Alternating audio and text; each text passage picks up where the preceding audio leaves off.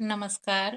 प्रस्तुत बा एगो तुलसी मैया के गीत। आशा करतनी कि आप सबके पसंद आई तो लाइक शेयर और सब्सक्राइब जरूर करब जा। कमेंट करके भी बताइब जा कि हमार गीत भजन रउआ लोग के कैसन लागेला। धन्यवाद। कहवा में रोपनी